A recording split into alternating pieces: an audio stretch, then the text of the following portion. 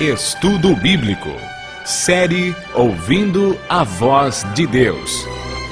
Apresenta estudo número 6. Sinais da vinda de Cristo. Hoje aprendemos mais um importante tema da Bíblia. Todos os dias, lemos e ouvimos nos jornais, rádio e televisão inúmeros acontecimentos. São várias as tragédias: terremotos, chacinas, roubo, enganos, crianças abandonadas, doenças, fome, guerras. O que a Bíblia diz sobre esses acontecimentos? O que tudo isso significa?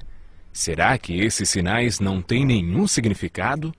Vamos entender melhor esse assunto dos sinais através de uma ilustração. Imagine que uma dona de casa, em um dia de muito sol, lavou muita roupa. Ela está dentro de casa e o varal está cheio de roupas. De repente, ela percebe que o tempo muda. O vento aumenta, o sol desaparece, fica escuro, começa a relampejar, a trovejar. O que esta dona de casa faz ao ver a roupa no varal? Agora, por que recolher a roupa se não começou a chover? Como ela sabe que vai chover? Os sinais indicam que a chuva virá. Podemos então perceber a importância dos sinais. Eles indicam o que está para acontecer. Hoje, estamos vivendo e vivenciando os sinais que antecedem a volta de Cristo.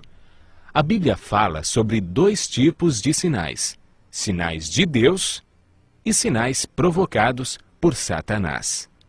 Nosso estudo de hoje foi dividido em 3 partes. Primeiro, os sinais no mundo social. Segundo, sinais no mundo natural. E por último, sinais no mundo religioso. Os sinais no mundo social estão descritos em Mateus 24, versos 6, 7 e 10. Jesus profetizou que antes de sua volta, o mundo estaria envolvido em guerras, fome, nação contra nação, reino contra reino, traição e ódio entre as pessoas. 2 Timóteo, capítulo 3, versos 1 a 5, fala de tempos difíceis: desemprego, fome, pessoas egoístas, avarentas, pessoas blasfemando de Deus, filhos desobedientes aos pais, sem domínio de si. Esses sinais no mundo social são causados por Satanás. Na segunda parte do nosso estudo, falamos sobre os sinais no mundo natural.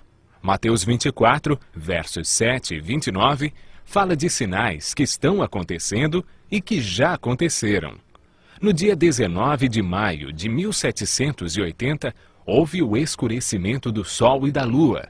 Esse dia ficou conhecido como o Dia Escuro. Na região leste dos Estados Unidos, tão densas eram as trevas que as lamparinas foram acesas ao meio-dia. A ciência não conseguiu explicar esse fato sobrenatural. No dia 13 de novembro de 1833, aconteceu a queda de meteoros. Esses sinais já se cumpriram uma vez.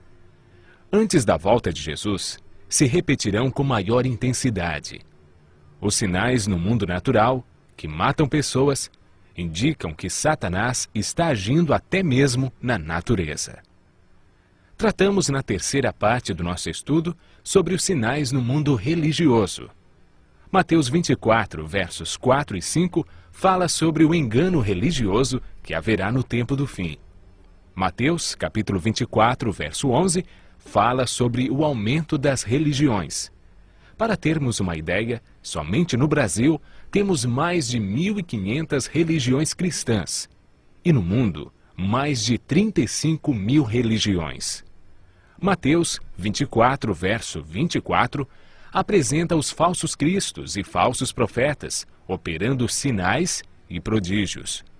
O conselho de Jesus é claro. Ele diz: acautelai-vos para que ninguém vos engane, porque muitos virão em meu nome e enganarão a muitos. 2 Pedro, capítulo 2, versos 1 a 3, fala que muitos líderes religiosos são movidos pela ambição e acabam usando a religião e o nome de Deus para explorar as pessoas. E essas pessoas seguem esses líderes em busca de cura, sinais e prodígios. Mateus 24, verso 14, apresenta o sinal de Deus, que indica que o fim realmente chegou. Esse sinal é a pregação do Evangelho do Reino em todo o mundo. O apóstolo Paulo fala em Gálatas capítulo 1, verso 6, de um outro evangelho que parece ser bíblico, mas não é. Esse evangelho é o falso evangelho, o evangelho de Satanás, que sabe que pouco tempo lhe resta e está empenhado em difundir o seu falso evangelho. Se dois evangelhos estão sendo pregados, o que fazer para não sermos enganados? Em 1 João capítulo 4, verso 1, encontramos a resposta. A Bíblia manda provar se os espíritos provêm de Deus ou não, ou seja, devemos comparar. Aquele que quiser fazer a vontade de Deus deve comparar a doutrina da Bíblia com aquilo que outros ensinam. Por que Deus manda provar? De acordo com Mateus capítulo 7, verso 15, o engano vem parecendo verdade. Nem tudo que as pessoas praticam no mundo cristão tem base bíblica. Vimos que existem dois evangelhos sendo pregados no mundo. Antes de fazermos qualquer opção religiosa, devemos provar e comparar o que as pessoas ensinam com o que a Bíblia diz.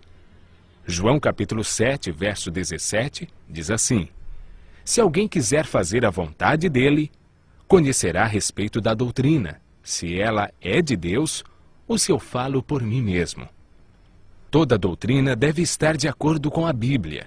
Uma doutrina não pode ser baseada em cima de um livro da Bíblia, parábola ou apenas alguns versículos.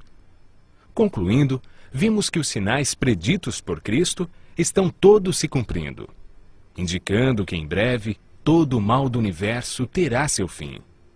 O que está então faltando para Jesus voltar? Primeiro motivo: o Evangelho verdadeiro ainda está sendo pregado no mundo. Segundo, Jesus está a cada dia dando mais oportunidades. Deus está sendo longânimo, ou seja, paciente, esperando uma decisão de cada um de nós. Lucas, no capítulo 21, verso 28, declara que, ao começarem estas coisas a sucederem, exultai e erguei a vossa cabeça, porque a vossa redenção se aproxima. Continue estudando a Palavra de Deus e, em breve, vamos ver Jesus vindo sobre as nuvens do céu com poder e muita glória.